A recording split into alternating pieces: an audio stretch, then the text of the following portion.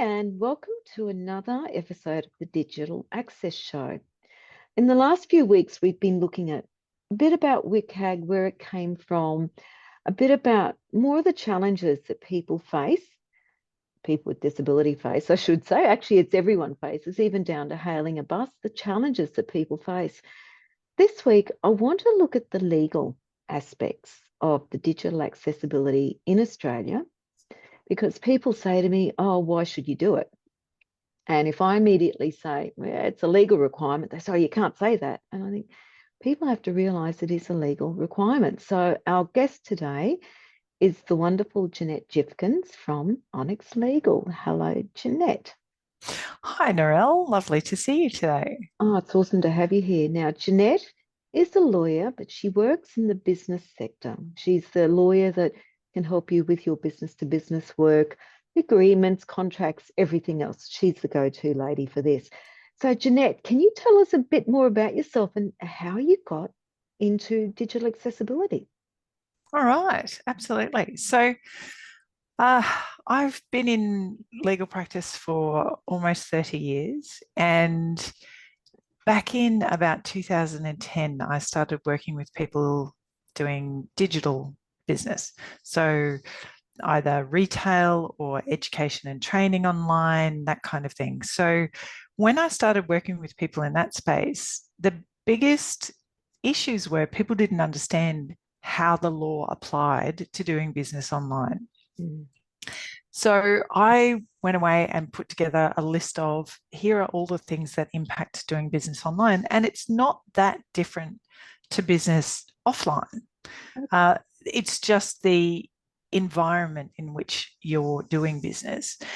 And I think for this reason, because it's not face to face, because you don't open a retail premises store and walk in and have all of the convention that's behind that, people didn't realize that the same laws apply online as they do offline.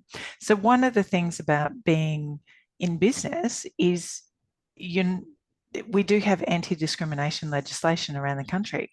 So when I was back at uni in the 90s, the Discrimination Act in Queensland came out in 1991. So I actually studied it when it was brand new legislation and we were all trying to figure out how it works. And it hasn't changed significantly since then. It's not the oldest anti-discrimination legislation in Australia. There is legislation that was introduced in New South Wales back in the 70s. So we've had legislation in place in Australia for a very long time, which requires people in different circumstances not to discriminate. Mm-hmm. And discrimination is on certain bases, and disability is one of those things. So people who have limited sight or limited mobility or limited hearing, they're all the sorts of things that impact doing business online. Mm-hmm. So the mobility thing that people don't think about is the ability to use a mouse or a keyboard or either of those. For sight is obvious, although one of the things that really wasn't obvious to me until you did an audit of our website was the contrast in colours. So our logo, we're needing to update because the contrasting colours in our logo is not enough to make it easy for your software to see that or for you to see that as a distinct, the writing on the logo when you look at our website. And that's something that never occurred to me.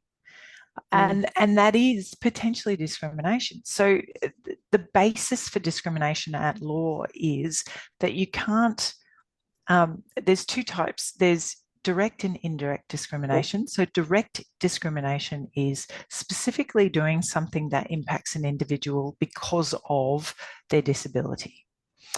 Indirect discrimination. Can you give an example of that?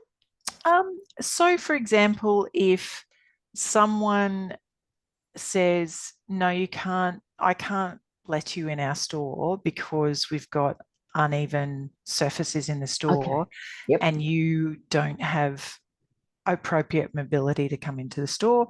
By saying, no, you can't come in and I'm not going to give you an opportunity to have access, Mm. that is direct discrimination. So an example of that, there was a case, it was before 2000 in Queensland, and it was action taken against the Brisbane Entertainment and Convention Centre.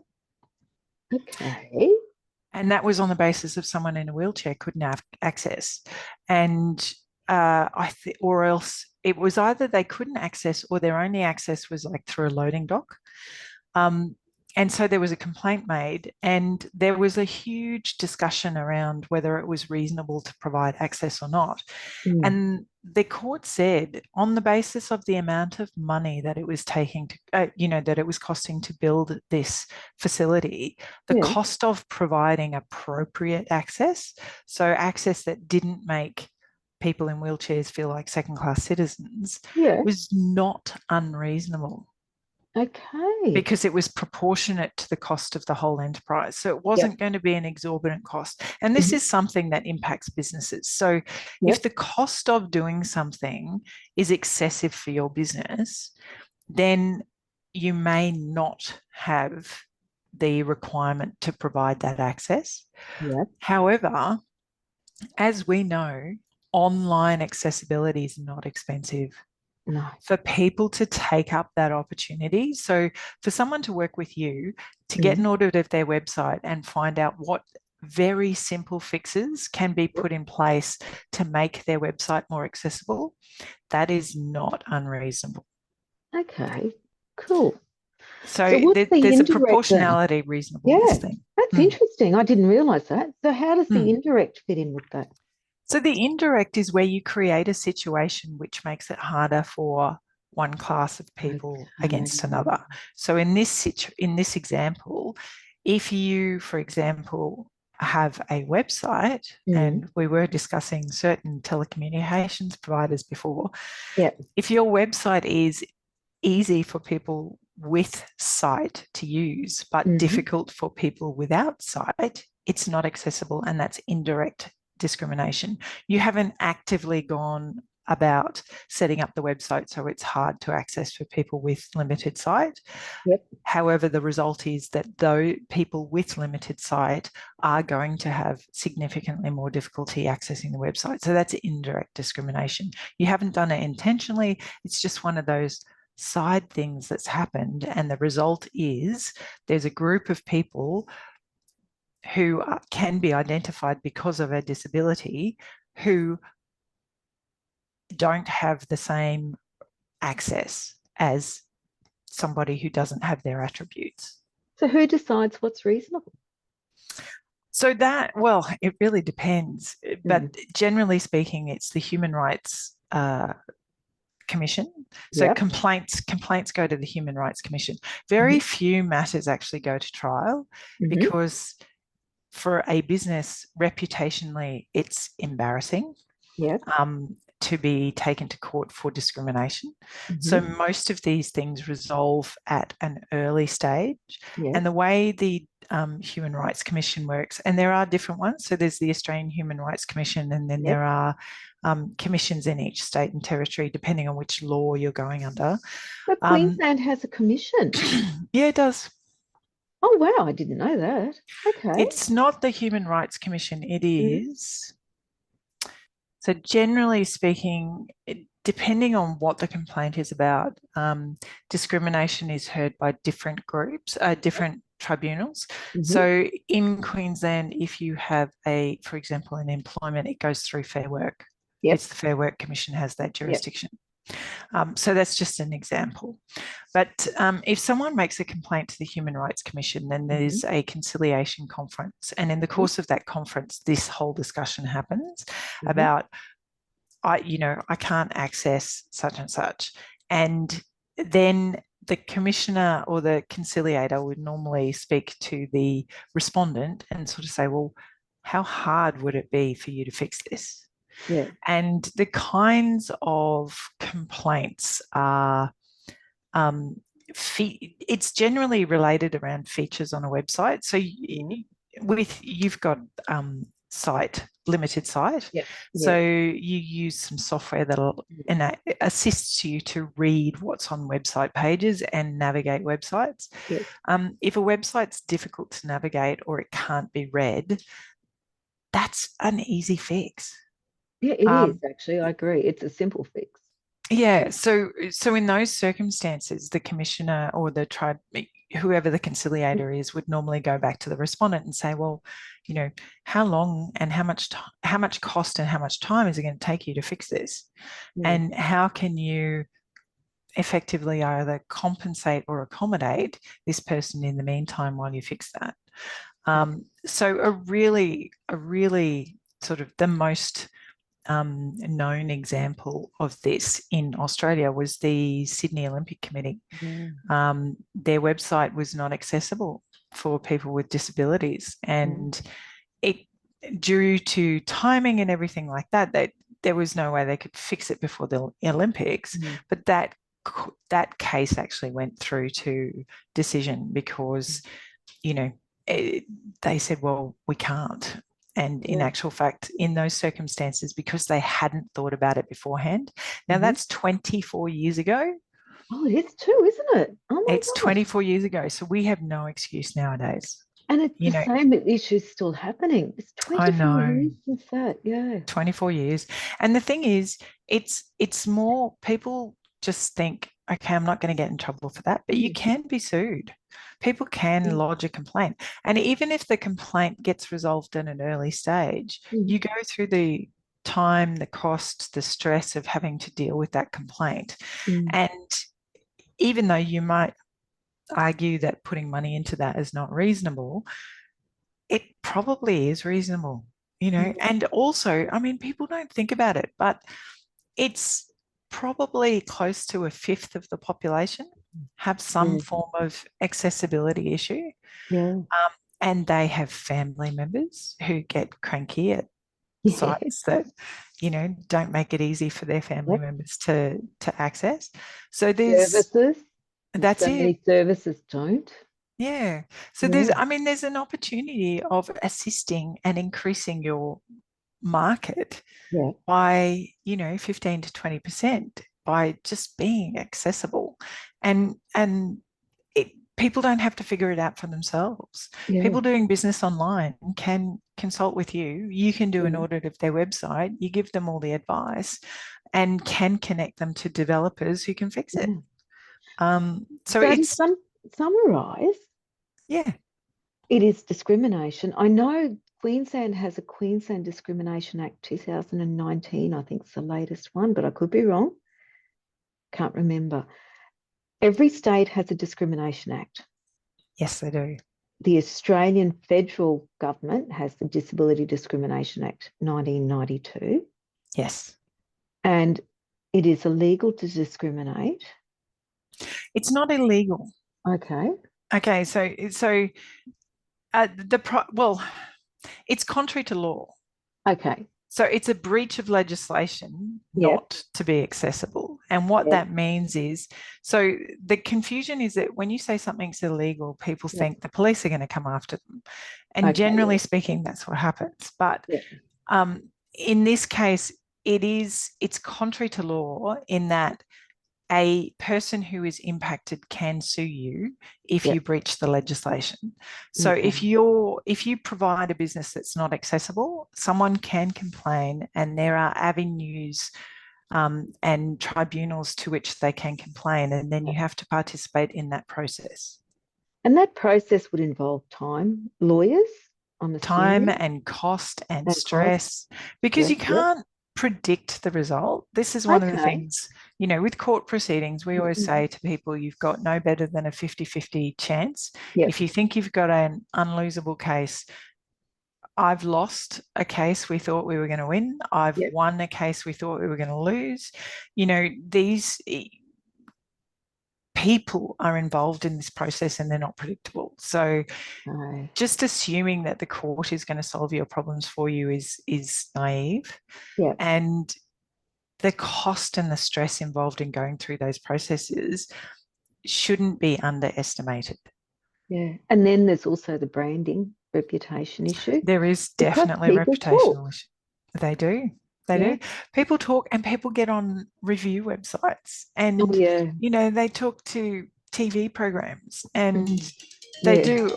Oh, sorry, there's our 15 minutes. Yeah. Um, and, and they do all sorts of things. And it's much easier to be proactive than it is to be reactive. And this is why we work in the area of corporate Yeah. and commercial law, is because we can assist businesses to be proactive Yeah. and avoid having to deal with all those sorts of problems down the track. Yeah. Or at least if they have those types of problems, then improve systems or processes or documentation Yeah. to avoid them again in future. And Yeah. that's your space as well. You're in the Yeah. preventative space, and Yeah.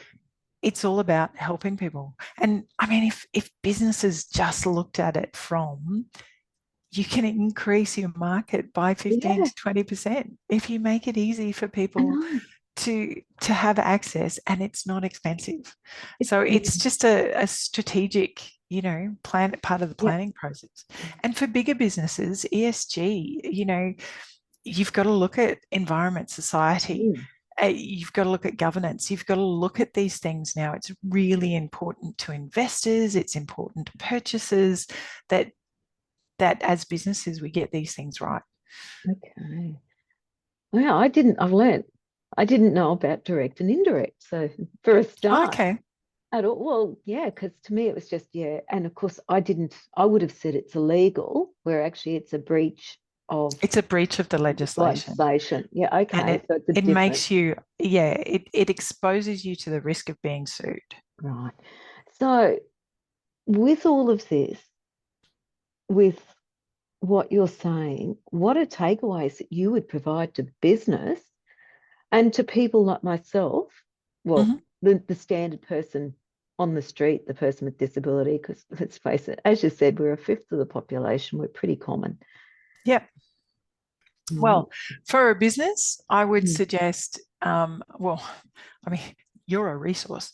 I would Yeah. suggest they get an audit, Yeah. because the audit that you provided to us gave us some really clear, easy guidelines Hmm. to improve our accessibility as a business. Yeah. Not that we've implemented them all at this Yeah. stage, but you know, that framework, you don't have to reinvent the wheel. You don't have to do it Yeah. yourself. You've got the expertise. People can leverage that expertise and improve their position very, very quickly and Yeah. cost effectively. So, from a business perspective, it's that. And I think because more and more people are using online, and because our younger generations are they're activists. Yeah. They tell you when they're not happy. See, that's a good point. That's a really good point. Yep. So, Yeah. knowing that that's your future consumers coming forward, the proactive approach is a good thing because you're Yep. preparing your business for the future and this new generation of consumers. With For people with disability, be vocal. Yeah. Don't be afraid to make a complaint. Don't be afraid. However, one one of the things we always suggest with our clients is you take the collaborative approach first. Mm. So the collaborative approach is to approach a business, find the decision maker, Mhm. and communicate with the decision maker and say, hey, look, this is my position. I'm a consumer. I'm interested in your products and services. I can't access them. Yeah. It's frustrating for me. I would like to spend money with you, but I can't because you're making it hard. Okay. Here's how you can make it easier for me. Um, people, firstly, people love to help. Yes. So it's a much more open approach. Hmm. And secondly, something I read many years ago is when someone's aggressive or makes an unexpected comment to you um, that you react badly to, Hmm. you can't actually hear. It physiologically it impacts your ability to take in information. Mm. So you react in the fight or flight sort of Yep. way. Yeah. So the minute someone complains at a business, generally speaking, the business owner is going to act with the fight or flight response and not hear what you're trying to do. But if you approach them and say, hey, look, my concern is this, I know what you're trying to achieve, but it's impacting me and my concern is this, and here's how I can see you could make improvements. Yeah. That gets much better traction and people hear it.